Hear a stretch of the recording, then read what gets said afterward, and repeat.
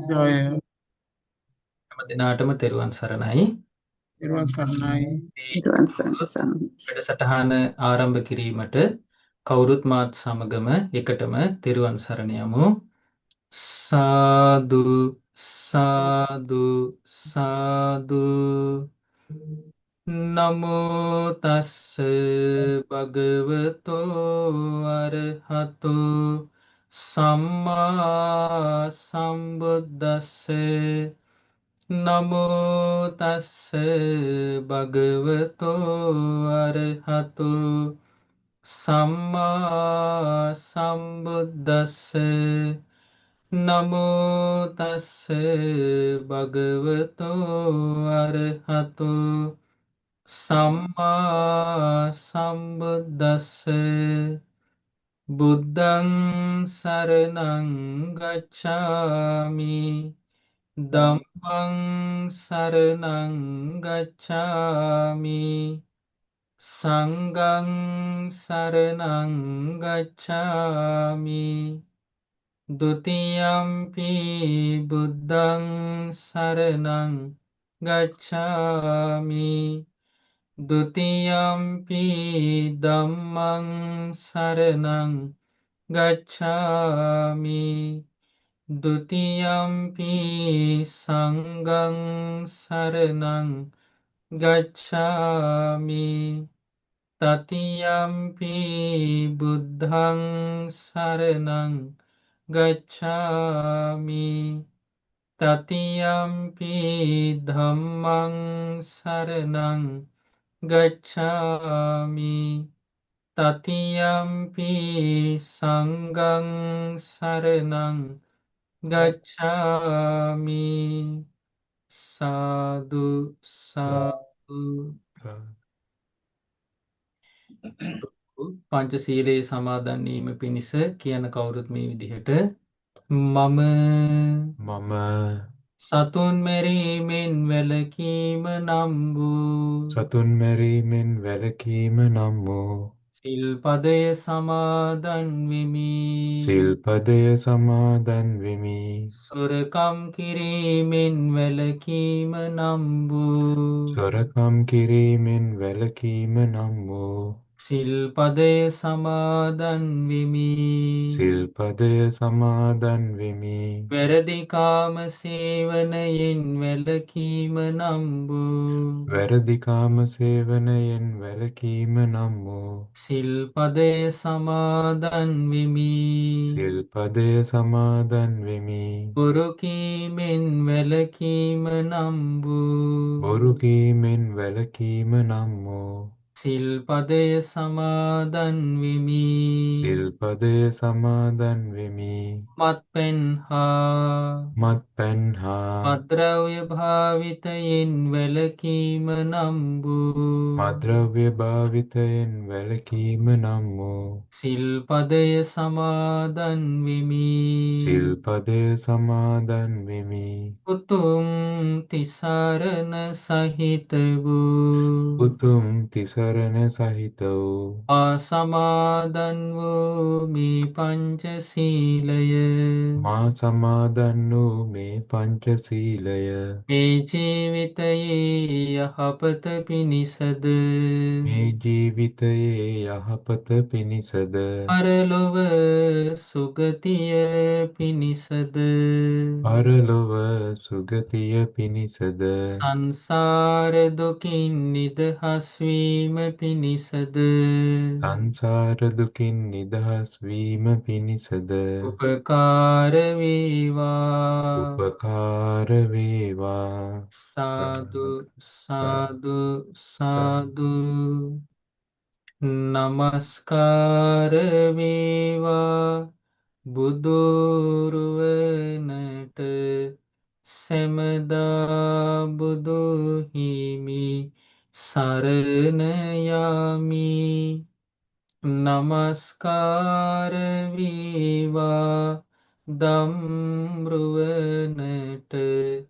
සැමදා සදහම් සරණ යමි. නමස්කාර වේවා සංගරුවනට සැමදා මහා සංඝ සරණ යමි. නමස්කාර වේවා තුනුරුවනට සැමදා තිසරණ සරණ යමි. සාදු සාදු සාදු.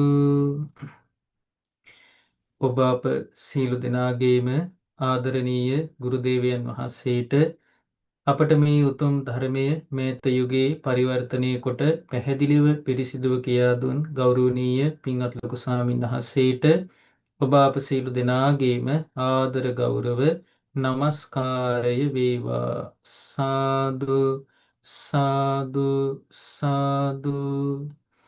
අසපේ වැඩ සිටින ගෞරවනීය මහා සංඝරත්නයන් අවසරයි. ශ්‍රද්ධාවන්ත වාසනාවන්ත පින්වත්නි, අද විවහාරික වර්ෂයේ මේ බදාදා වැඩසටහන අපි පවත්වන පළවෙනි දවස. ඉතින් අද දවසේදී ඔබ අප සියලු දෙනාගේම ජීවිතවලට වටින දහම් කාරණා අඩංගු ඉතාම ලස්සන සූත්‍ර දේශනාවක් ඇසුරින් දහම් කරුණු කියලා දෙන්න අපි බලාපොරොත්තු වෙනවා. අපි පහුගිය කාලේ ඉගෙන ගනිමින් සිටියා මජ්ක්‍ධිම නිකාය පළවෙනි පොත් අහසේට අයිති සබ්බාසව සූත්‍රය. ආන්නේ සබ්බාසව සූත්‍රයේ ඊළඟට අපිට කතා කරන්න තියෙන කාරණය පැහැදිලි කරගන්න තමයි මේ උතුම් දේශනාව අපි අද ඉගෙන ගන්න බලාපොරොත්තු වෙන්නේ. ඉතින් මේ සබ්බාසව සූත්‍රයේ ඔබට මතකද බුදුරජාණන් වහන්සේ ආශ්‍රව ඇතිවීම පිණිස බලපාන කරුණු අපට දේශනා කළා නේද?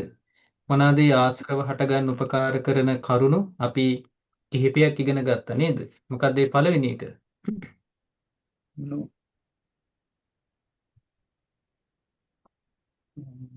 අපි ඉගෙන ගත්තා ආශ්‍රව නැති කරන්න නම් පළවෙනියටම ප්‍රහාණය කරන්න ඕන මොකද්ද?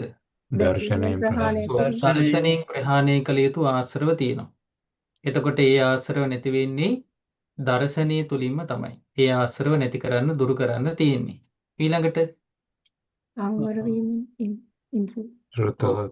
ඉන්ද්‍රිය සංවර වීම තුලින් ප්‍රහාණය කළ යුතු ආශ්‍රව තියෙනවා.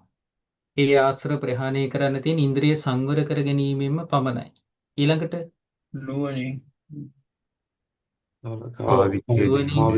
පාවිච්චේදී නුවණින් සලකා ප්‍රහාණය කරන්න තියෙන ආශ්‍රව තියෙනවා. ඊළඟට වීරියෙන් වීරියෙන් යුක්තව ඉවසීමෙන් නේද? එතන වැදගත්ම කාරණේ ඉවසීම.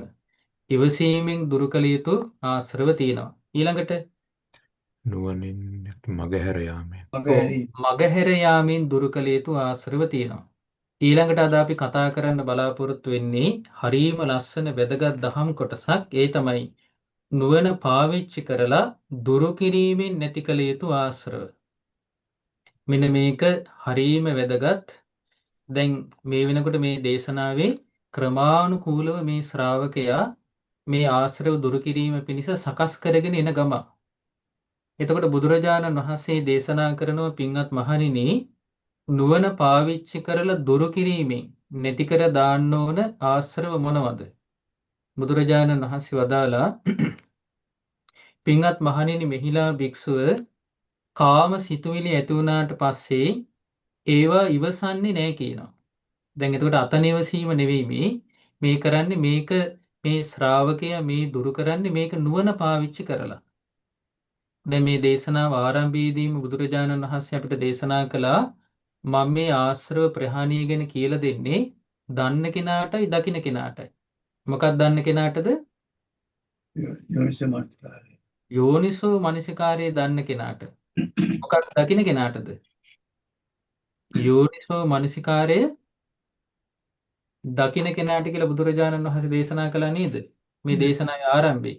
එතකොට එහෙනම් යෝනිසෝ මනසිකාරය කියන එක මේ දේශනාව පුරාවටම බලපවත්වන කාරණය. එතකොට මේ කාරණේදීත් මේ යෝනිසෝ මනසිකාරය කියන එක උපකාර කරනවා. කාම සිතුවිලි ඇති වුණාට පස්සේ ඉවසන්නේ නැහැ කියනවා. නුවණ පාවිච්චි කරලා යෝනිසෝ මනසිකාරය තුලින් මෙයා මේක දුරු කරනවා, අයින් කරනවා, නැත්තටම නැති කරලා දානවා. එතකොට මේ වෙනකොට මේ ශ්‍රාවකයා මේ මගඵල අවබෝධ කරන්න සුදුසු මට්ටමටම දැන් මේකේ ඇත්තටම දර්ශනීය ප්‍රහාණය කියලා ආශ්‍රයවලදී අපි ඉගෙන ගත්තා.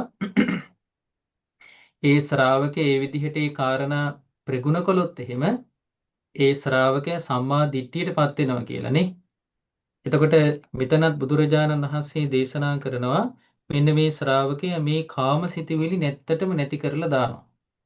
ඊළඟට තරහ සිතුවිලි ඇති වුණාට පස්සේ ඉවසන්නේ නැහැ කියනවා. තමන්ගේ හිතේ යම්කිසි තරහ සිතුවිල්ලක් හටගත්තොත් ඒක ඉවසන්නේ නැහැ කියනවා. නුවණ පාවිච්චි කරලා ඒ තරහ සිතුවිල්ල අතහැරලා දානවා. ඊළඟට ඒක දුරු කරනවා, අයින් කරනවා, නැත්තටම නැති කරලා දානවා. ඊළඟට තමයි එයාගේ හිතේ හටගත්තොත් එහෙම හිංසාව ඇති කරන සිතුවිලි. ආන්නේ වගේ සිතුවිලි ඉවසන්නේ නැහැ කියනවා.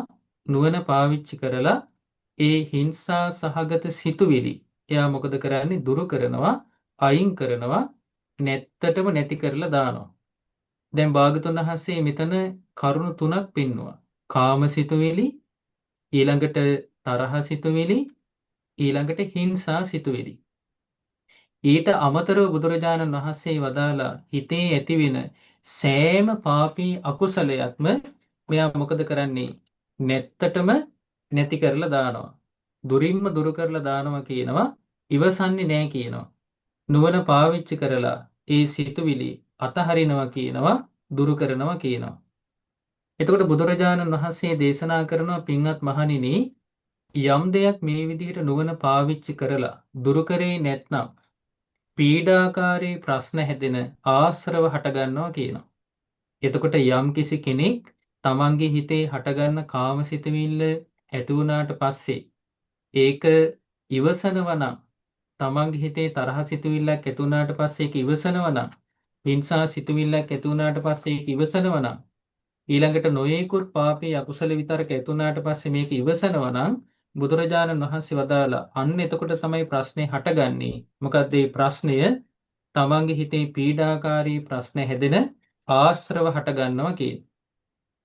එතකොට බුදුරජාණන් වහන්සේ දේශනා කරනවා එහෙනම් ආශ්‍රව හටගන්න හේතු වෙනවා නුවණ පාවිච්චි කරලා දුරු කළ යුතු අකුසල විතර්ක දුරු කරන්නේ නැතුව ඒ ඔස්සේම කල්පනා කර කර ඉන්න ගියොත් එහෙම ඒ කෙනාට ඒ හේතුවෙන් නූපන් ආශ්‍රව උපදිනවා කියනවා. ඉතින් මේක විස්තර කරගන්න අද අපි බලාපොරොත්තු වෙන්නේ මජ්ක්‍ධිම නිකායේ පළවෙනි පොත්හසේටමයිති ඊටාම ලස්සන සූත්‍ර දේශනාවක් ඉගෙන ගන්න. මේ දේශනාවේ නම තමයි විතක්ක සණ්ඨාන සූත්‍රය. එතකොට මේ දේශනාවේ මේ කොටස පැහැදිලි කරගන්න තමයි අපි මේ දේශනාව ඉගෙන ගන්නේ. විතක්ක සණ්ඨාන කියලා කියන්නේ කුසල් සිතුවිලි පිහිටුවා ගැනීම ගැන. තමන්ගේ හිතේ අකුසල් බැහැර කොට කුසල් සිතුවිලි පිහිටුවා ගැනීම ගැන බුදුරජාණන් වහන්සේ වදාළ හරිම විස්මිත දේශනාවක්. ඉතින් මේ අවුරුදු පුරාවටම අපේ ජීවිත තුළ හටගන්න යම්තාක් අකුසල විතරක ඇද්ද ඒ සියල්ල දුරු කර ගැනීම පිණිස අපිට යම් උත්සාහයක් වීරියක් ගන්න පුළුවන් මේ දේශනාව අපේ මතකේ රඳවා ගත්තොත්. ඉතින් ඒක නිසා අද බොහෝ වෙලාවට මේ දේශනාව දේශනා කරද්දී මම ප්‍රශ්න අහන්න ඉඩ තියෙනවා. නේද? මොකද මේකේ ලස්සන කාරණා තියෙනවා. එතකොට මම කාට හරි උත්තර දෙන්න කිව්වොත් එහෙම කැමති කෙනෙකුට පුළුවන් එයාගේ මයික් එක අන්මියුට් කරන්න නේද? මියුට් කරන්න. ඊට පස්සේ මම කියන්නම් අහවල් කෙනාට උත්තර දෙන්න කියලා. එතකොට ඒ කෙනාට පහසු නම් විතරක් උත්තර දෙන්නේ, බය වෙන්න එපා. බුදුරජාණන් වහන්සේ මොකද හරීම ලේසි උත්තර තියෙන්නේ. බුදුරජාණන් වහන්සේ ඒ දවස්වල වැඩ සිටියේ සවැත් නුවර ජේතවනාරාමේ, අනාථපිණ්ඩික සිටුතුමාගේ ආරාමේ. එදා බුදුරජාණන් වහන්සේ දේශනා කරනවා පින්වත් මහණෙනි, සමත විදර්ශනා භාවනාව දියුණු වේගෙන යනකොට භික්ෂුව විසින් කරුණු පහක් ගැන කලින් කලට සිහි කරන්න ඕන කියනවා. එතකොට භාගතුන් වහන්සේ මෙතන වචනයක් දේශනා කරනවා අධිචිත්ත මනුයුත්තේන කියලා. ඒ කියන්නේ භාවනාවට සිත යොදාගෙන ඉන්න කෙනා මේ සිත නීවරණයන්ගෙන් බැහැර කරන්න මහන්සි ගන්නකොට අන්න ඒකට කියනවා අධිචිත්ත කියලා. එතකොට භික්කවේ භික්ඛුනා පංච නිමිත්තානි කාලේන කාලං මනසිකාතබ්බානි. ඒ කියන්නේ භාවනාවෙන් දියුණුවක් ලබන්න කැමති කෙනා, ඒ සඳහා මහන්සි වෙන කෙනා මෙන්න මේ අපි දැන් ඉගෙන ගන්න යන කරුණු පහ ගැන අවධානයෙන් ඉන්න ඕන කියනවා. එතකොට මේ කාරණා පහ ගැන යම්කිසි කෙනෙක්, මෙතන භික්ෂුවක් කිව්වට පස්සේ භික්ෂුවක් වෙන්න පුළුවන්, භික්ෂුණියක් වෙන්න පුළුවන්, උපාසකයෙක් වෙන්න පුළුවන්, උපාසිකාවක් වෙන්න පුළුවන්. එයා කැමතිනම් තමන්ගේ සිතේ දියුණුවක් ඇති කරගන්න, භාවනා වශයෙන් දියුණුවක් ඇති කරගන්න ආන්නේ කෙනා කාලින් කාලිට මෙන්න මේ කරුණු පහ ගැන අවධානයෙන් ඉන්න ඕන කියනවා. එතකොට දැන් අපි කලින් ඉගෙන ගත්ත සබ්බාසව සූත්‍රයේ තිබ්බා නුවණින් විමසා බැහැර කරන්න ඕන ආශ්‍රව තියෙනවා. එතකොට නුවණින් විමසලා බැහැර කරන්න ඕන ආශ්‍රව ඔක්කොම හටගෙන තියෙන්නේ කොහෙද? තමන්ගේ හිතේ. තමන්ගේ සිතේ හටගත් අකුසල තමයි එයා නුවණින් විමස බැහැර කරන්න මහන්සි ගන්නේ. ආන්න බුදුරජාණන් වහන්සේ දේශනා කරනවා. එහෙනම් ඒ හිතේ හටගන්න කෙලෙස් ඒවා භාවනාවට බාධා සහිත දේවල්. එහෙනම් ඒ දේවල් දුරු කර ගැනීම පිණිස බුදුරජාණන් වහන්සේ වදාලා මෙන්න මේ කරුණු පහ ගැන අවධානයෙන් ඉන්න ඕන.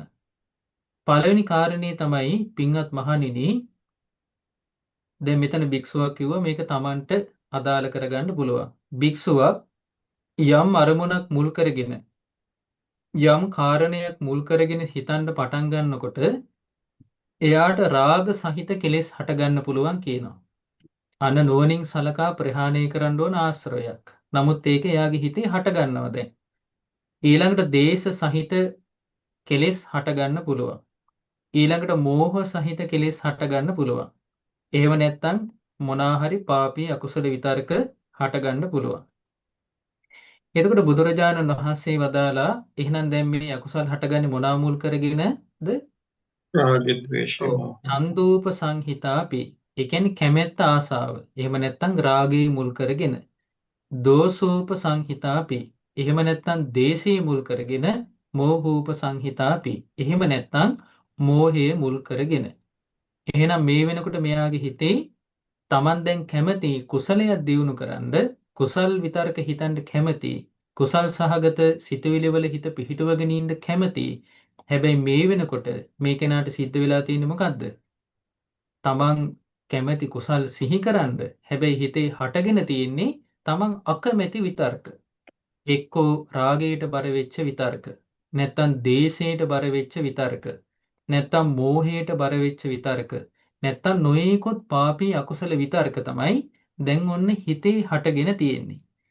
එතකොට ඉස්සල්ලාම මෙන්න මේ හටගත් අකුසල් දුරු කරන්න නම් බුදුරජාණන් වහන්සේ වදාලා ඒ භික්ෂුව කරන්න ඕන ඒ අරමුණෙන් තමන්ගේ අවධානය ඉවත් කරලා වෙනත් කුසල් අරමුණක් මෙනෙහි කරන එක කියනවා. අන්න පළවෙනි ක්‍රමය. නුවණින් පාවිච්චි කරලා හිතේ තියෙන කෙලෙස් බැහැර කරන්න තමයි දැන් මේ කරුණ උපකාර කරන්නේ. හිතේ හටගත්ත කෙලෙස් දුරු කරන්න. එහෙනම් හිතේ කෙලෙස් හටගත්තොත් එයා කරන්න ඕන පළවෙනිම දේ මොකද්ද?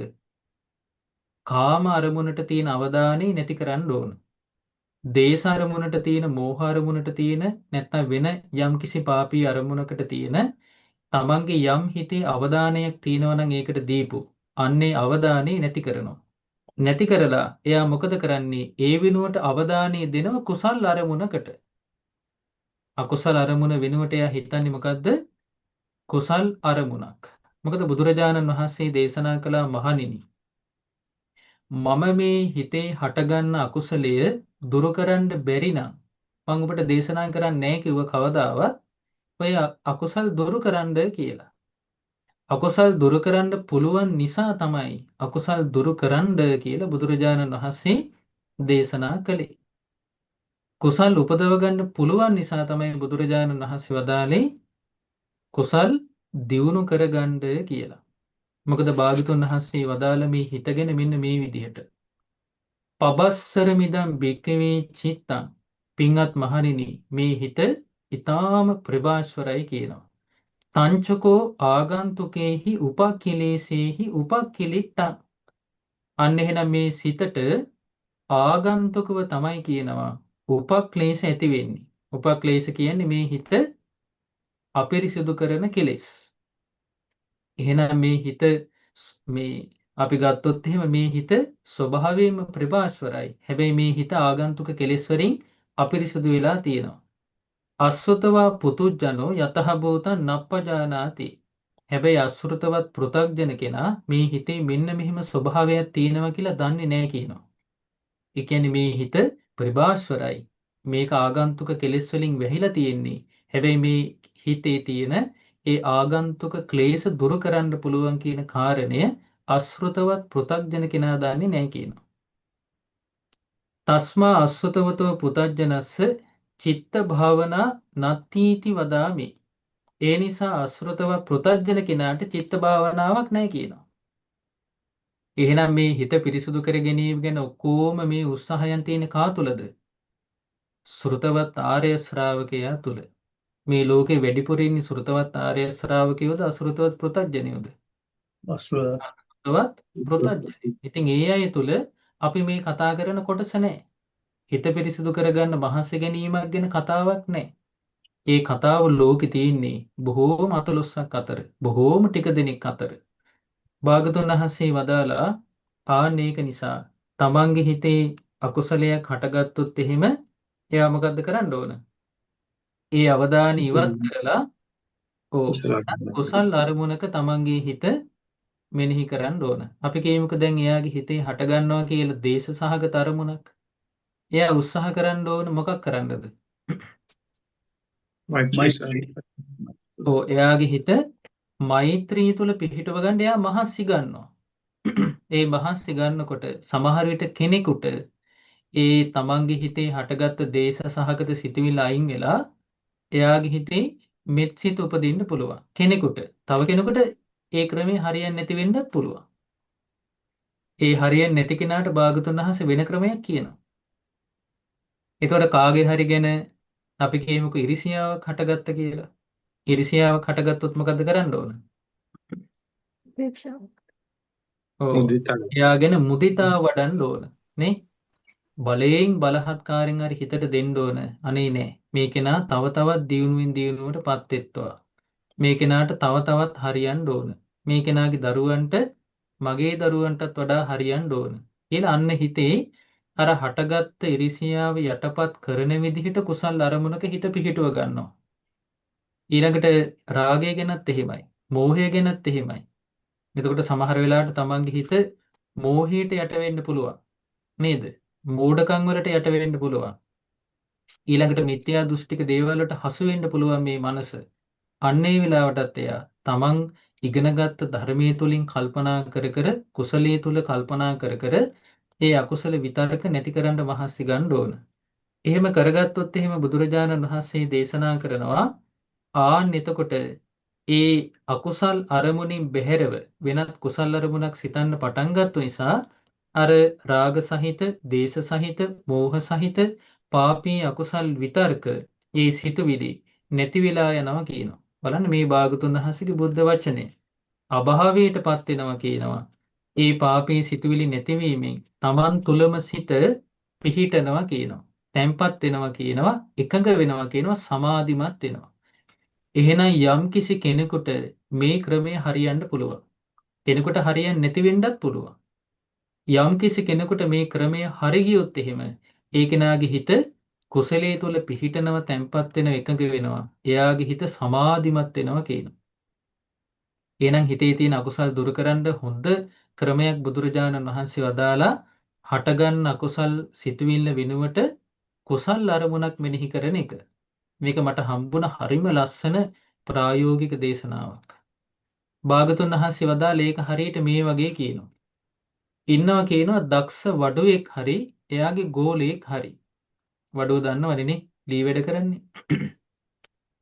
එතකොට මෙයා මොකද කරන්නේ? සියුම් ඇණයකින් ගොරෝසු ඇණයක් එක්ක තද කරනවා කියනවා. නැත්තම් තද වෙලා තියෙන ගොරෝසු ඇණයක් තවත් ඇණයක් පාවිච්චි කරලා ඒක උගුල්වල දානවා කියනවා. දැන් අපි අර අඩු මිටිය දැන් පාවිච්චි කරන්නේ නේද? ඒ වගේ මොකද කරන්නේ? අර තද වෙලා තියෙන ලීයකට අස්සට බැහැලා තියෙන ඇණයක් මොකද කරන්නේ? තවත් ඇණයක් පාවිච්චි කරලා ඒක ගලවලා දානවා. දැන් අකුසලයේ හටගත්තෙත් මොකක් නිසාද? අපි තුල තියෙන නේද? අපේ කල්පනා රටාව අකුසල් සහගත විදිහට කල්පනා කිරීම නිසානේ නේද? විතර්කයන් අකුසලයට බරව කල්පනා කිරීම. මේ දේශනා නම් විතක්ක සන්තාන සූත්‍රෙනේ. එතකොට ඒක හරියට අර ලීයේ අස්සට තදට බැහැපු ඇනේ වගේ. ඒ විතර්කය ඒ අකුසල් සහගත විතර්කයේ ගලවන්න තියෙනෙත් මොකෙන්ද? විතර්කය. කුසල් සහගතව කල්පනා කරපු විතර්කයකින්. බලන්නේ භාගතුන් වහන්සේගේ ලස්සන උපමාවක්. ඇණයකින් තවත් ඇණයක් ගලවනවා වගේ කියනවා. නැත්තම් තව ඇණයක් තවත් ඇණයක් තියලා තද කරනවා වගේ කියනවා. එතකොට හටගත් එක නැති කරන්න තියෙන්නේ තමන්ගේ සිත තුළ ඊට වඩා යහපත් අදහසක් හිතේ ඇති කර ගැනීමෙන්. බුදුරජාණන් වහන්සේ දේශනා කරන පින්වත් මහණෙනි හිතේ ස්වභාවය මේ වගේ කියනවා. මේක තියෙන්නේ ද්වේදා විතක්ක සූත්‍රයේ. හිතේ ස්වභාවය මෙන්න මෙහෙමයි කියනවා.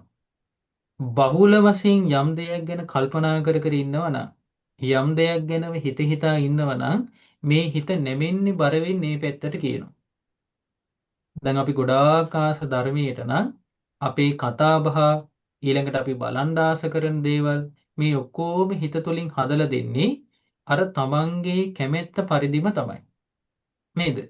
ඊළඟට තමයි යම්කිසි කෙනෙක් නිරන්තරයෙන් කල්පනා කර කර ඉන්නේ කාම විතර්ක නම් එයාට කාමයන්ගෙන් වෙන්වීමේ සිතුවිලි ඇති වෙන්නේ නැහැ කියනවා. අන්න ඒකනේ ප්‍රශ්නේනේ. දැන් අපේ හිතේ කාම විතර්ක අයින් කරන්න ඕන නම් එයා බලවත්ව කල්පනා කර කර ඉන්නෙත් කාම විතර්ක නම්. එතකොට කොහොමද අපි කුසල් සිතුවිල්ලක් උපද්දවලා ඒ කාම සිතුවිල්ල අයින් කරන්නේ? ඒ නිසා භාගතුන් වහන්සේ වදාළ බලවත් කාමයේ සම්බන්ධ දේවල් නම් කල්පනා කර කර ඉන්නේ කාමයන්ගෙන් වෙන්වීමේ සිතුවිලි පහළ වෙන්නේ නැහැ කියනවා. ඊළඟට බහුල වශයෙන් කල්පනා කර කර ඉන්නේ ව්‍යාපාද විතර්ක නම් එයාගේ හිතේ මෛත්‍රී විතර්ක ඇති වෙන්නේ නැහැ කියනවා. එහෙනම් එයාගේ හිතේ බහුලව ඇති වෙන්නේ මොනවාද? ව්‍යාපාද විතර්කම තමයි. මොකද එයා පෝෂණය කරන්නේ විතර්ක. ආන්න ඒකයි අපි භාවනාවක් කිරීම තුළින් අපි මහන්සි ගන්නේ කාම විතර්ක යටපත් කරන්න. නේ? ව්‍යාපාද විතර්ක යටපත් කරන්න. ඊළඟට හිංසා විතර්ක යටපත් කරන්න. එතකොට හිංසා විතර්ක ගොඩාක් හිතේ ඉන්න කෙනාට කවදාවත් විහිංසා විතර්ක ඇති වෙන්නේ නැහැ කියනවා. ඒක හරියට මේ වගේ කියනවා. පායන කාලේ වැස්ස කාලේ ඉවර වෙලා පායන කාලේ ආවට පස්සේ ගවයන්ට කෑම බීම නැති කාලයක් කියනවා. එතකොට මේ ගොපල්ල මොකද කරන්නේ? ගොයමක් මැදින් මේ හරක්ව දක්කගෙන යනකොට ඒ හරක්ට තියෙන බඩගින්න නිසා මේ හරක් නිකම්ම ඇදෙනවා කියන ගොයම පැත්තට. එතකොට මේ හරක් බලා ගන්න ගොපල්ල මොකද කරන්නේ? කෙවිතක් අරගෙන මේ හරක්ට තලනවා කියනවා, ගහනවා කියනවා. එතකොට ඒ ගහනකොට ඊළඟට සද්ද දානකොට මේ හරක් මොකද කරන්නේ? නිකන් අමාරුවෙන් වගේ අර ගොයම පැත්තෙන් ආපහු පාර දිගේ යන්න පටන් ගන්නවා. හැබැයි අර ගොපල් ආපහු අනිත් පැත්ත හැරෙනකොටම මොකද්ද වෙන්නේ? ආපහු අර ගොයමට බරව තමයි යන්නේ. ආන්න ඒ වගේ කියනවා අර ගොපල්ලා අර හරක්ව දක්කගෙන ඒ ගොයම ආරක්ෂා කරගන්න මහන්සි ගන්නවා වගේ කියනවා. තමන්ම තමන්ගේ ජීවිතේ අකුසල් වලින් වෙන හානිය දකින්න කියනවා. භාගතුන් වහන්සේ වදාලා ගොපල් අර විදිහට කරන්නේ ඒ ගොපල්ලා දන්නවා කියනවා. අනුන්ගේ කුඹුරකට තමන්ගේ හරක් ගිහිල්ලා ඒ ගොයම කෑවොත් එහෙම තමන්ට දඩ ගෙවන්න වෙනවා. ඊළඟට තමන්ට ඒකේ පාඩුව දෙන්න වෙනවා. ඊළඟට තමන්ට ගර්හා ලැබෙන්න වෙනවා. කරදර වැඩි. ආන්න ඒ වගේ ඒකේ ආදීනව දකින නිසා තමයි කියනවා මේ ගොපල්ල මේ හරක්ව මෙච්චර බේරගන්න මහන්සි ගන්නේ. ආන්න ඒ වගේ තමන්ගේ හිතේ පිරිසිදුභාවය ගැන තමන් දන්නවනම්, තමන්ට අකුසල් වලින් වෙන අනතුරු තමන් දන්නවනම්, ඒකෙන් තමන්ට වෙන විපත දන්නවනම්, එයා ওই විදිහට කල්පනා කර කර තමන්ගේ හිතේ හටගත්ත අකුසලයේ දුරු කරගන්න මහන්සි ගන්න ඕන. අන්න බුදුරජාණන් වහන්සේ වදාලා කුසල් අරමුණු මෙනෙහි කර කර එයා මොකද කරන්නේ? වීරියෙන් යුක්තව අර අකුසලයේ ප්‍රහාණය කරන්න මහන්සි ගන්නවා. ඔන්න එහෙනම් පළවෙනි එක මතක තියාගන්න උපමාවත් එක්ක. මොකද මේ පළවෙනි කාරණය කුසල් තමන්ගේ හිතේ අකුසල් සිතුවිල්ලක් හටගත්තට පස්සේ නේද? ඒක දුරු කරන්න එයා මොකද කරන්නේ? කුසල අරමුණක් සිටින්. වෙනත් කුසල් සහගත අරමුණක් මෙනෙහි කරනවා. ඒකට භාගතුන් වහන්සේ වදාළ උපමාව මොකද්ද? ඇනයකින් මැනයකින් තදයනයක් කර. ඇණයකින් ඇණයක් ගලවනවා වගේ. මොකද සිතුවිල්ලකින් තමයි අර සිතුවිල්ල පාලනය කරන්න තියෙන්නේ. ඊළඟට බුදුරජාණන් වහන්සේ දේශනා කරනවා, පින්වත් මහණෙනි, ඉතින් මේකෙනා මේ විදිහට මේ අකුසල් බැහැර කරමින් කුසල් අරමුණු සිහි කරද්දී මෙයාට මේක හරියන්නේ නැහැ නේ? දැන් හැමෝටම අර පළවෙනි ක්‍රමේ හරියන්නේ නැහැ. එයා මහන්සි ගන්නවා තමන්ගේ හිතේ හටගත් අකුසලයේ දුරු කරන්න කුසල් අරමුණු මෙනෙහි කරන්න මහන්සි ගන්නවා. හැබැයි හරියන්නේ නැහැ කියනවා. එහෙම මෙනෙහි කරද්දී අර කුසල් සහගත අරමුණ යටපත් කරගෙනම රාග සහිත සිතුවිලි ඉස්මතු වෙවි එනවා කියනවා. දේශ සහගත සිතුවිලි ඉස්මතු වෙවි එනවා කියනවා. ඊළඟට මෝහ සහගත පාපී අකුසල විතර්ක මෙයාගේ හිතේ ඉස්මතු වෙවි එනවා කියනවා. එතකොට බුදුරජාණන් වහන්සේ වදාලා දැන් පළවෙනි එක හරියන්නේ නැහැ.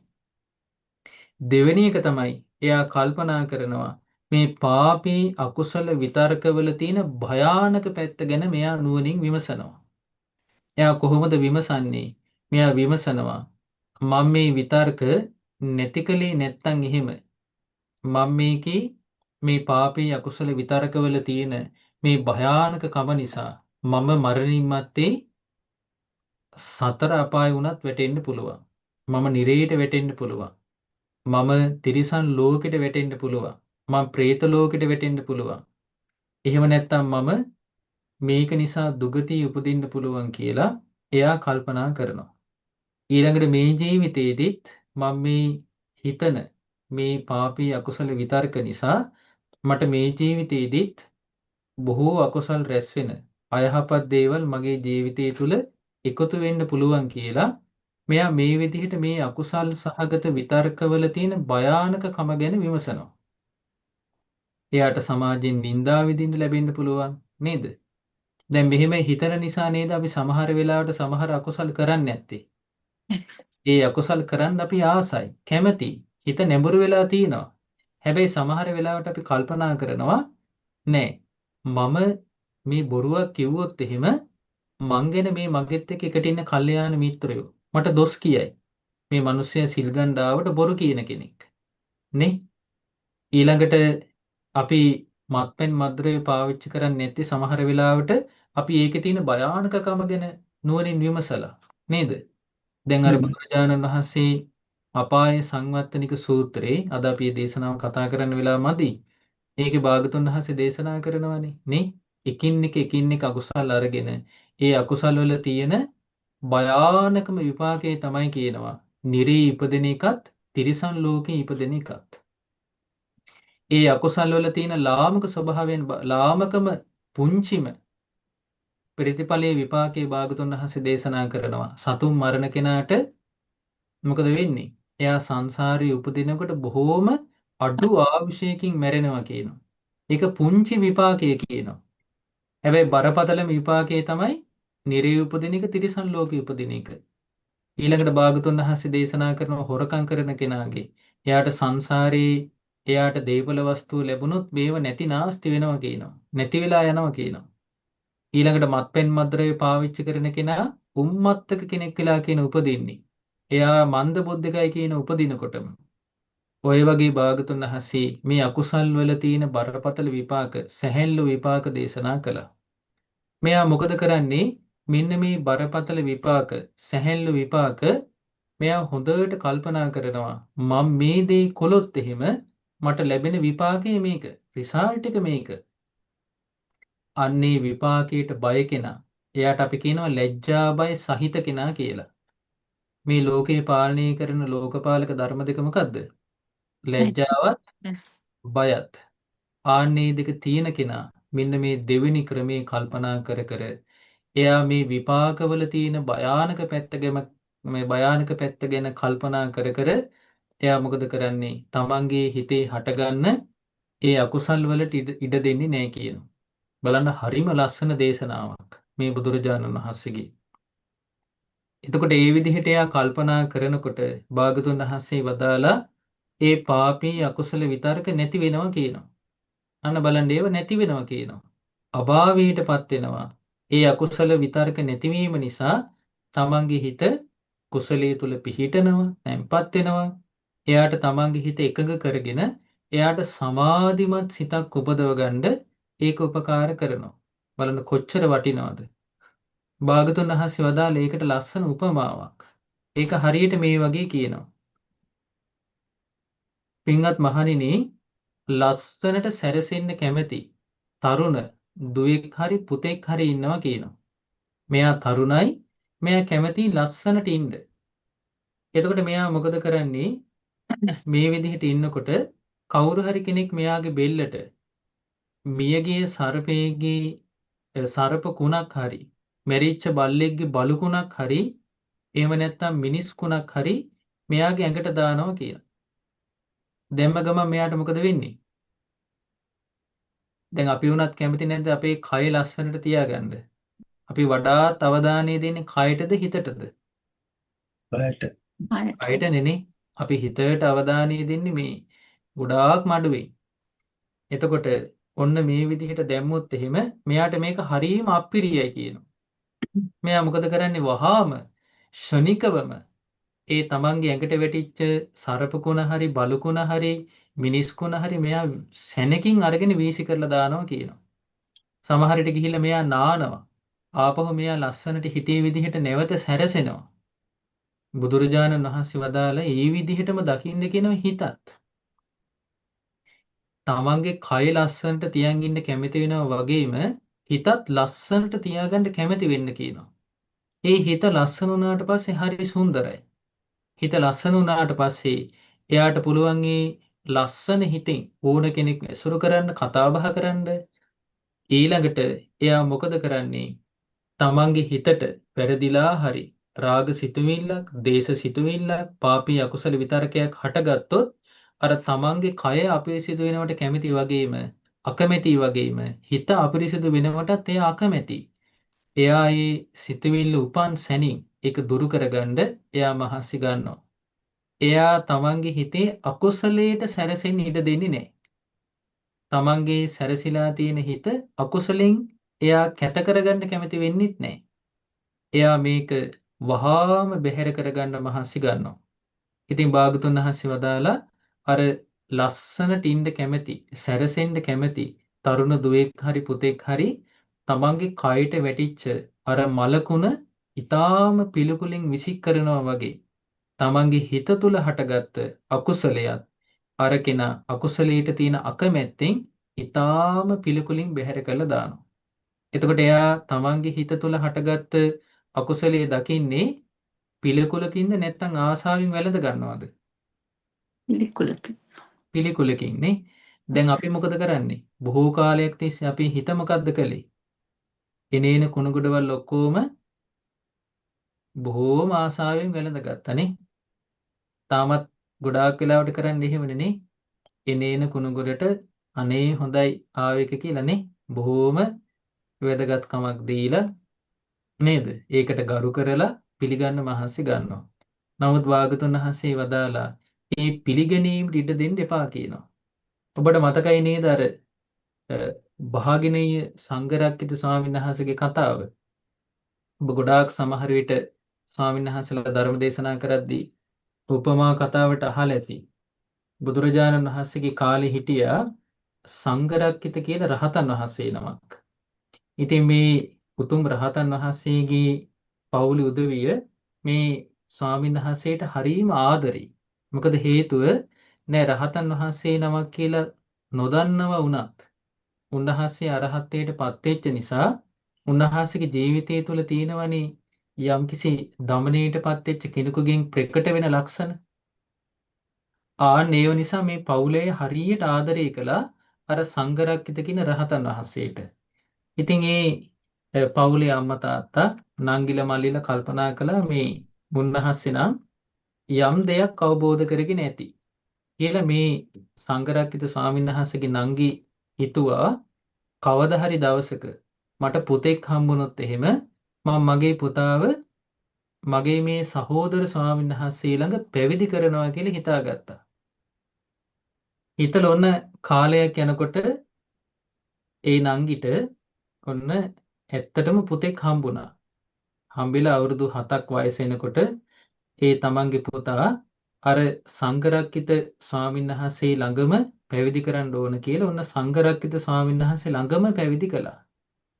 නම දාන්නේ මොකද්ද කියලා ඇහුවට පස්සේ නංගි කිව්වා අනේ පුළුවන් නම් මගේ පුතාටත් සංඝරක්කිත කියලාම දාන්න කිව්වා. දැන් අර ස්වාමීන් වහන්සේගේ නමත් සංඝරක්කිත සහෝදරයා තමන්ගේ පුතාටත් නම දාන්න කිව්වා ආදර ගෞරවයට අර තමන්ගේ සහෝදරයට තියෙන සංඝරක්කිත කියලා. නම් දෙක පැටලෙන නිසා අර නංගිගේ පුතානේ නංගිට කියනවා මේ බගිනි කියලානේ. භාගිනේය සංඝරක්කිත කියලා කිව්වා. නංගිගේ පුතා නිසා. දැන් ඔන්න මේ ස්වාමීන් වහන්සේ හරීම කීකරුයි කියනවා තමන්ගේ ගුරු ස්වාමීන් වහන්සේට. හරිම ආදරෙයි කියනවා. ඉතින් මේ සංඝරක්කිත ස්වාමීන් වහන්සේ කාලයාගේ ඇවෑමෙන් තරුණ වියටපත් වුණා. දවසක් මේ සංඝරක්කිත ස්වාමීන් වහන්සේ වස් කාලෙක තමන්ගේ ගුරු ස්වාමීන් වහන්සේට වන්දනා කරලා තමන්ගේ හිත මිත්‍ර භික්ෂූන් එක්ක ඈත පළාතක වස් සමාදන් වෙන්න වෙඩියා. ඉතින් මේ වස් කාලේ ප්‍රදේශයේ හිටපු ගිහි පින්වතුන්ට ධර්මයේ කියලා පින් කරගන්න උපකාර කරාට පස්සේ අර භික්ෂුව නැවත වඩින්න පිටත් වෙනකොට මේ භික්ෂුවට දුන්නා හොඳ අලුත් වටින සිවුරු දෙකක්. මේ සිවුරු දෙක දුන්නට පස්සේ අර ගුරුවරයාට කීකරු මේ භාගිනීය සංඝරක්කිත භික්ෂුවට ඉස්සල්ලාම මතක් වුණේ තමන්ගේ ගුරුවරයාව. කල්පනා කළා මේ මට හම්බෙච්ච මේ සිවුරු දෙක වඩාත්ම ගැලපෙන්නේ මගේ ගුරුවරයාට. දැන් මට යනකොට ගුරුවරයාට වන්දනා කරලා මට දෙන්න දෙයක්ත් තියෙනවා කියලා කල්පනා කරනවා. මම මේ අලුත්ම වස්ත්‍ර දෙක දැන් මේ මට හම්බුනේත් මෙච්චරයි. මේ දෙක මම මගේ ගුරුවරයාට දුන්නොත් එහෙම ආයි ගුරුවරයා මං ගැන තව තවත් පහදේවි. ගුරුවරයා මේකෙන් ගොඩාක් සන්තෝෂයටපත් වේවි. දැන් මේ ඔක්කොම විතර්ක ටික හිත අර ස්වාමීන් වහන්සේ ගුරුවරයා වන්දනා කරන් දෙනවා. දැන් එතකොට හිතේ තියෙන වැඩ කරන්නේ තමන්ගේ හිතේ තියෙන දේට අනුව හැමදේම වෙයි කියන අදහස. ඉතින් ඇවිල්ලා මේ ස්වාමීන් වහන්සේ මොකද කළේ? අර සිවුර අරගෙන මේක හොඳට පඳු පොවලා මේකේ තියෙන අර ලස්සන ගතිය තව තවත් වැඩි වෙන විදිහට කටයුතු කරලා බොහෝම සතුටින් ගුරුවරයා හොයාගෙන ඇවිල්ලා ගුරු ස්වාමීන් වහන්සේට වන්දනා කරලා අර සිවුර ගුරු ස්වාමීන් වහන්සේට පිළිගන්නවා.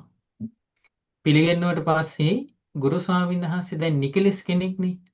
උන්වහන්සේට ආය අලුතෙන් යමක් දැක්කා කියලා හිතේ වෙනම ඉලිප්පෙන ඇල්මක් ඇති වෙන දෙයක් හටගන්නේ නැහැ. ඉතින් මේ ස්වාමීන් වහන්සේ මේක දන්නේ නැහැ. උන්වහන්සේ මේක පූජා කළා. ඉතින් ගුරු ස්වාමීන් වහන්සේට අමුතු ආසාවක්, අමුතු හිනාවක් අර ස්වාමීන් වහන්සේ බලාපොරොත්තු වෙච්ච විදිහට ප්‍රශංසාවක් කළේ නැහැ. අනේ සංඝරක්කිත ඔයාට මාව මතක් වුණාද? ඔය ලස්සන සිවුරු දෙක මටමද ගෙනාවේ? අනේ කොච්චර හොඳද? ඔයාට හම්බෙච්ච දෙක මට දුන්න එක. ඔය වගේ ප්‍රශංසා කතා මුකුත් නැහැ. අර සංඝරක්කිත ස්වාමීන් වහන්සේගේ අතටම දුන්න සිවුරු දෙක ආපහු හරි හොඳයි එහෙනම් ඕක පැත්තකින් තියලා තියන්න කිව්වා. දැන් අර උන්වහන්සේ තමන්ගේ හිතේ මවාගෙන ආපු සියලුම අර කල්පනා රටාව එතනම බිඳ වැටුණා. ඊට පස්සේ සංඝරක්කිත ස්වාමීන් වහන්සේ දැන් අර භාගිනී සංඝරක්කිත ස්වාමීන් වහන්සේ කල්පනා කළා එයි මේ ගුරු ස්වාමීන් වහන්සේ මම මෙච්චර මහන්සි වෙලා මම මේ සෑහෙන දුරක් ගෙවාගෙන මට හම්බෙච්ච මේ පිරිකර එක මම දුන්නේ මුන්නහසෙට. එහෙම දීලත් ඇයි මගේ මේ හිතේ තියෙන ස්වභාවය අඳුනගන්න බැරි වුනේ? මම මේක කොච්චර ආසාවෙන්ද දුන්නේ? එක්ක මගෙත් එක්ක මගේ ගුරු ස්වාමීන් වහන්සේ මොකක් හරි අමනාපයක් වෙන්න ඇති කියලා හිතුවා. හිතද්දී දැන් අර රහතන් වහන්සේට තියෙනවා පරචිත්ත විඥානන ඥානය. ඒ ඥාණයෙන් දැක්කා තමන්ගේ නැගණියගේ ඒ සංඝරක්කිත භාගිනීය සංඝරක්කිත තමන්ගේ ගෝල පොඩි නම මේ කල්පනා කරන කල්පනා රටාව දැකලා ඒ ගුරුවරේ ඒ පොඩි ස්වාමීන් වහන්සේ සතුටු කරන්න හිතාගෙන කිව්වා හොඳයි සංඝරක්කිත එහෙනම් මට පොඩ්ඩක් පවන් සලන්න කිව්වා. ඉතින් පවන් සලන්න දුන්නට පස්සේ ඔන්න වටාපත අතට ගත්ත පිටිපස්සේ හිටගෙන පවන් සලන්න ගත්තා. එතකොට මේ ස්වාමීන් වහන්සේ කල්පනා කළා දැන් ඉතින් මගේ ගුරු ස්වාමීන් වහන්සේ මට එච්චර සෙනෙහවන්තත් නැහැ. මට එහෙම විශේෂ සැලකිලි සම්මාන දැක්ුවෙත් නැහැ.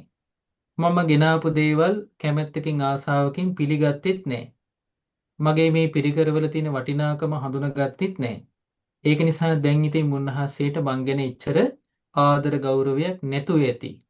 ඒ නිසා ඉතින් මම තවදුරටත් මම මෙතන ඉඳලා මට පළක් නැහැ කියලා කල්පනා කළා. කල්පනා කරන්න දැන් මේ ඔක්කොම කරන්නේ මොකෙන්ද? අයෝනිසෝ මනසිකාරයෙන්. මේ ඔබ අපි කාගෙත් සිත් තුළ තියෙන අපි සාමාන්‍යයෙන් අපේ කල්පනා රටාව හසුරුවන ක්‍රමය. මේක මේ මුන්නහසේගේ හිත තුළ විතරක් තිබිච්ච එකක් නෙවෙයි. ඒ කල්පනා රටාව තුලම තමයි අපි සියලු දෙනාගේම කල්පනා රටාව තියෙන්නේ. එතකොට ටිකෙන් ටික මෙහෙම කල්පනා කළා හරි. එහෙනම් මම දැන් ගෙදර යනවා. මම ගෙදර ගිහිල්ලා මොකද කරන්නේ? මම මොකක් හරි මිල මුදලක් හම්බෙන විදිහට මම රස්සාවක් කරනවා. මොකද මගේ ඇඟේ පතේ හයිය තාම තියෙනවා.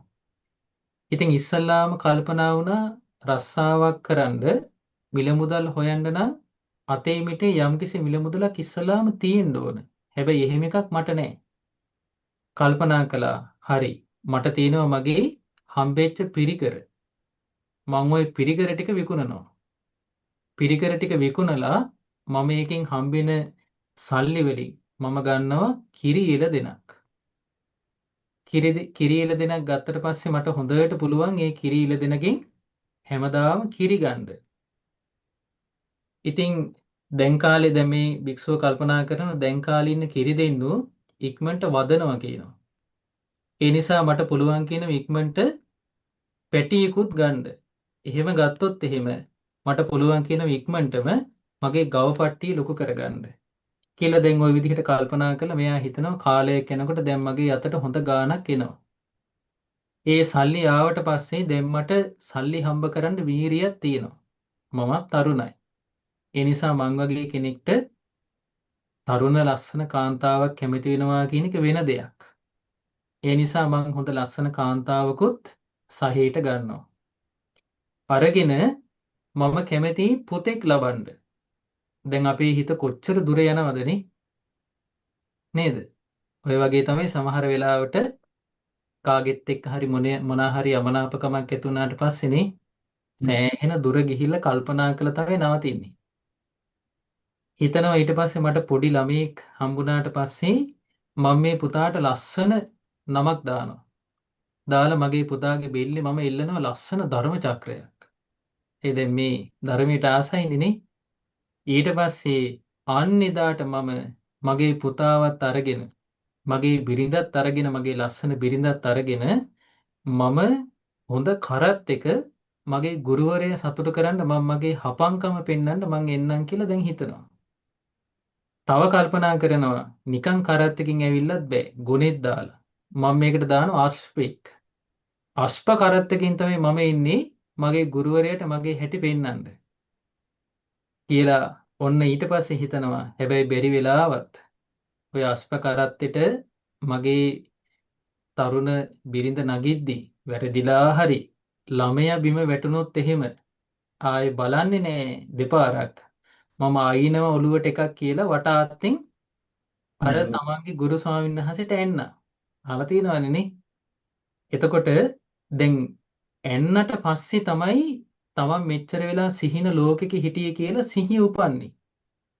සිහිය උපන්න ගමන්ම S2 ලොකු වුණා. ඒ දැන් ගුරුවරයාට ගහලා ඉවරයි වටාත්තෙන්. ඊළඟට ඇඟ සීතල වුණා. දැන් ඔන්න හිරි වැටිලා කකුල් දෙක වෙවුලන්න ගත්තා. ඊට පස්සේ කල්පනා කළා මම මේ ඔක්කොම මේ ගරු සත්කාර දැන් අච්චර දුරක් හීනේ ගියෙත් ඇයි මේ? තමන්ගේ හිතෙන් ගුරුවරයාට සතුටු කරන්න ක්‍රමේනේ හෙව්වේනේ. ගුරුවරයා සතුටු කරන්න ක්‍රමේ හොයලා අන්තිමට කළේ මොකද්ද? එච්චර ආදරය කරන ගුරුවරයාට ගැහුවා. දැන් ඊට පස්සේ හැබැයි අර රහතන් වහන්සේ නමක්නේ. ඒ ගුරු ස්වාමීන් වහන්සේට එකපාරම සිනහ ගියා. hina ගිහිල්ලා ඇහුවා පොඩි නම නෝනට බිරිඳට ගහන්න ඕන එක මට ගැහුව නේද කියලා ඇහුවා. ගහපු ගමන්ම ඒක කියපු ගමන්ම දැනගත්තා හප්පේ මුන්නහසේ මගේ හිත බලාගෙන ඉඳලා තියෙන්නේ. කියලා මොකද කළේ දුවන්න හැදුවා. දුවන්න හදද්දීම ගුරු ස්වාමීන් වහන්සේ අතින් ඇදලා අල්ලගත්තා. අල්ලගෙන කිව්වා ඕකට බය වෙන්න එපා කිව්වා. ওই විදිහට කල්පනා කරන්න එපා කිව්වා. සිවුරු අරින්න හිතන්න එපා කිව්වා. තමන්ගේ හිතගෙනම ලැජ්ජාවටපත් වෙන්න කිව්වා. මේ හිතේ තියෙන ස්වභාවය ගැන. කියලා අර රහතන් වහන්සේ මේ පොඩි නමත් එක් කරගෙන බුදුරජාණන් වහන්සේ මුණ ගැහෙන්න එක්කන් ගියා. දැන් බලන්න කල්යාණ මිත්‍ර ඇසුරේ හිටපු නිසා මේ ලෝකේ හිටපු ශ්‍රේෂ්ඨතම කල්යාණ මිත්‍රයන් වහන්සේගෙන් හරිම ලස්සන දහම් අවවාදයක් මේ පොඩි ස්වාමීන් වහන්සේට අහන්න ලැබුණා. බුදුරජාණන් වහන්සේ දේශනා කළා මේ සිත නොමග යවා ගන්න නැතුව නිවන් මඟට අරගෙන මේ හිත රැකගන්න එකේ තියෙන වාසිය බුදුරජාණන් වහන්සේ දේශනා කළා. ඒ නිසා මේ භික්ෂුවට ටික කාලයකින්ම පුළුවන් වුණා කියනවා සතර සතිපට්ඨානයේ සිත පිහිටුවගෙන අරහත් ඵලයටපත් වෙන්න. ඒකට උපකාර කළේ භාගතුන් වහන්සේ. එදා බුදුරජාණන් වහන්සේ ගාථාවක් කියනවා දූරං ගමං ඒකචරං. මේ ගාථාව කීවෙනි වතාවට දහන්නේ? නේ? සෑහෙන අහලා තියෙනවනේ. එහෙමයි. දූරං ගමං ඒකචරං කියන මේ හිත දුර ගමන් යනවා කියනවා. ඊළඟට අසරීරං ගුහාසයං මේ හිත දුර ගමන් යනවා ඒකචරං. හැබැයි මේ දුර ගමන් යන්නේ කාගෙත් එක්කද? දෙවන්නේක් නැතුව. හැමතිස්සෙම මේ හිත දුර ගමන් යන්නේ හුදකලාවේම තමයි කියනවා. දැන් අපේ හිතෙන් කොච්චර අපි ගිහින් තියනවද හුදකලා ගමන්නේ? ඊළඟට අසරීරං ගුහාසයං මේ හිතට සිරුරක් නැහැ කියනවා. මේක වසන්නේ කය නම් වූ ගුහාවේ කියනවා. මේ හිතේ ස්වභාවය. යේ චිත්තං සංඤමෙස්සන්ති යමෙක් මෙන්න මේ සිත මනාකොට මේ සිතේ ස්වභාවය දැනගෙන দমনය කරනවා නම් මොක්කාන්ති මාර බන්ධන. මෙන්න මේ කෙනා මේ මාර බන්ධනයෙන් මිදිලා යන්නේ මෙන්න මේ හිතේ ස්වභාවය දැනගෙන මේ හිත দমনය කරන කෙනා කියනවා. එහෙනම් බලන්න මේ හිතේ ස්වභාවය කියන එක කාලෙන් කාලයකට වෙනස් වෙන එකක්ද? නේ? සමහර කාලවල හිටපු අයට මේ හිතේ ස්වභාවය මේ විදිහට හටගත්තේ නැහැ.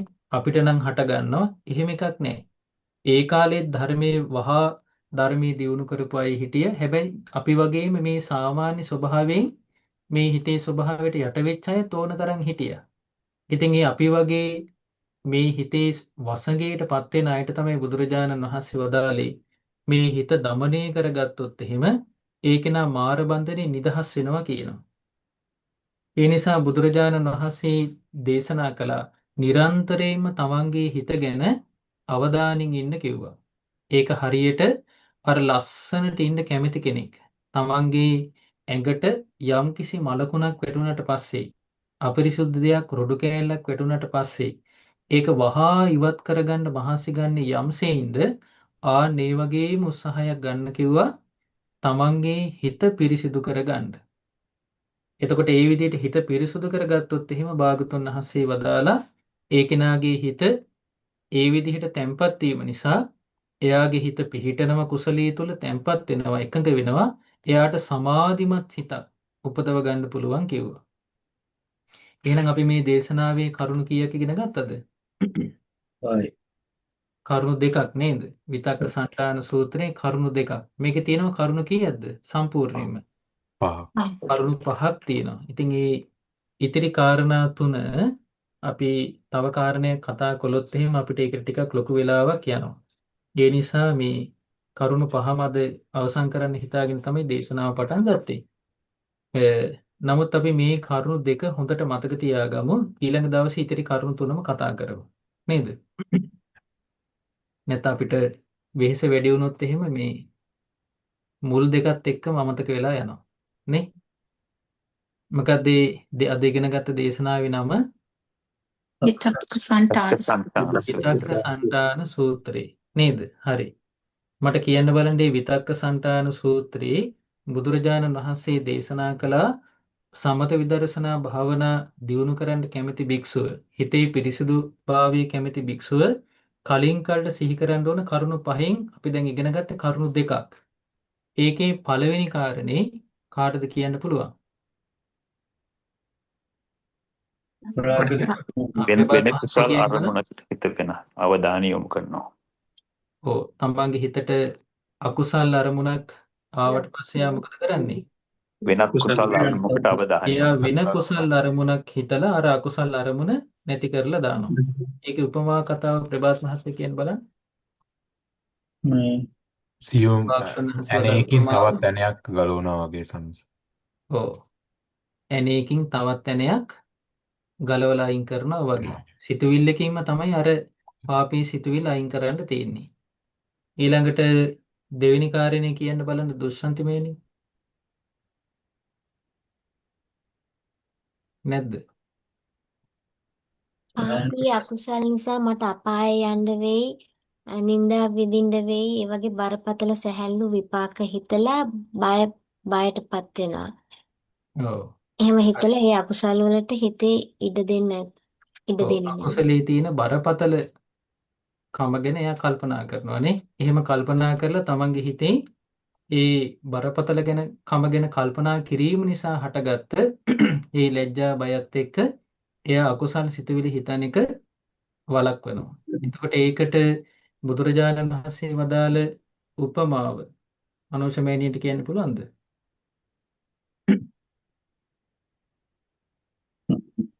කාටද මතක? කවුරු හරි කවන්නේ. ලස්සනට ඉන්න කැමති. නේද දුරින් අඳුරේ. බලුකුණක් ඇඟට දැම්ම සර්පකුණක් හරි බලුකුණක් හරි මිනිස්කුණක් හරි. අර කිව්වේ නැති කෙනෙක් කියන්න බලන්න. ලස්සනට ඉන්න කැමති තරුණ ළමෙක්, ගෑනු ළමෙක් හරි පිරිමි ළමෙක් හරි තමන්ගේ බෙල්ලට ඒ වගේ මලකුණක් වගේ දෙයක් වුණාම ඒක තියාගන්න කැමති නැහැ. ඒක ගලවලා වීසි කරන්න වගේ මේ තමයි ඒ අකමැත්ත. ඒ තමන්ගේ හිතේ අකුසලීට අකමැත්ත උපදවනවා. මිස්කුණක්. ඒක තමයි. දැන් එහෙනම් මෙන්න මේ කාරණා දෙකයිනේ දැන් අද අපිට මතක තියාගන්න තියෙන්නේ නේ. කාරණා දෙකයි උපමා දෙකයි. එතකොට මේ දෙක හොඳට මතක තියාගත්තොත් ඊළඟ සතියේ අපි ඉගෙන ගන්න කරුණු තුන අපිට මේ තවත් හොඳට මතක තියාගන්න පුළුවන්. මොකද අපි ඕල්රෙඩි දෙකක් මතක තියාගත්ත නිසා. ඉතින් ඒක නිසා මේ දේශනාව කැමති කෙනෙකුට බලන්න පුළුවන්. මජ්ක්‍ධිම නිකායේ පළවෙනි පොත් වහන්සේගේම තමයි මේ විතක්ක සංඨාන සූත්‍රය තියෙන්නේ. ඉතින් ඊළඟ දවසේ එනකොට බලාගෙන ඉන්නත් පුළුවන් නේ. එතකොට කටපාඩම් කරගෙන ආවොත් මට පුළුවන් මේ දේශනාව උපමා කතා වලින් විස්තර කරලා දෙන්න. එතකොට ඒ කියන්නේ අපිට ධර්මයේ තුලින් ගන්න පුළුවන් විස්තර කරන්න පුළුවන් බාහිර කරුණු තියෙනවනේ. ආන්නේ කරුණු වලින් අපිට විස්තර කරගන්න පුළුවන්. ඉතින් ඒක නිසා මේ සතිය තුළ උත්සාහකරනද මෙන්න මේ කරුණු දෙකට තමන්ගේ හිතේ හටගන්න අකුසල් දුරු කරගන්න පුළුවන්ද කියලා. දැන් අපි අර කලින් සතියක් මරණ සතිය වැඩුව නේද? නේ? එහෙමයි. මතකයි නේද? ඒ සතියෙන් පස්සේ ආයෙ වැඩුවේ නෑ නේද? නේ? ඒක එහෙම අමතක වෙන එකක් තියෙන අපිට. තියනනේ? දැන් මම නිකමට කෙනෙක් තෝරලා ඇහුවොත් එදා ඉඳන් අද වෙනකම වැඩුවද කියලා මම එහෙම අහන්නේ නැහැ. මම කියන්නේ එහෙම අපිට එහෙම එක දිගට පුරුදු කරගන්න අමතක වෙන එකක් තියෙනව නේද? ඒ නිසා තමයි අර සතියක් දෙන්නේ. මේ සතියේ කල්පනා කරන්ද හොඳට හිතගෙන විමසන්ද මේ තමන්ගේ හිතට අකුසල සිතුවිල්ලක් එනකොට මේ පළවෙනි ක්‍රමයට දුරු කරගන්න පුළුවන්ද? බැරි නම් බලන්න දෙවෙනි ක්‍රමයට දුරු කරගන්න පුළුවන්ද කියලා. එහෙම බැලුවොත් එහෙම අපි මීට කලින් සතියේ කල්පනා කළාට වඩා අපිට ඉස්සරහට ගෙවෙන සතිය තුල ඊට වඩා එක අකුසල සිතුවිල්ලක් හරි අපිට පුළුවන්කම ලැබෙවි නේද? අපේ හිත අපිරිසිදු කරන එක අකුසල සිතුවිල්ලක් හරි නොසිතා ඉන්න. එහෙනම් මේ සතිය try කරලා බලන්න. හරි. මේක මම ලබන සතිය අහනවා.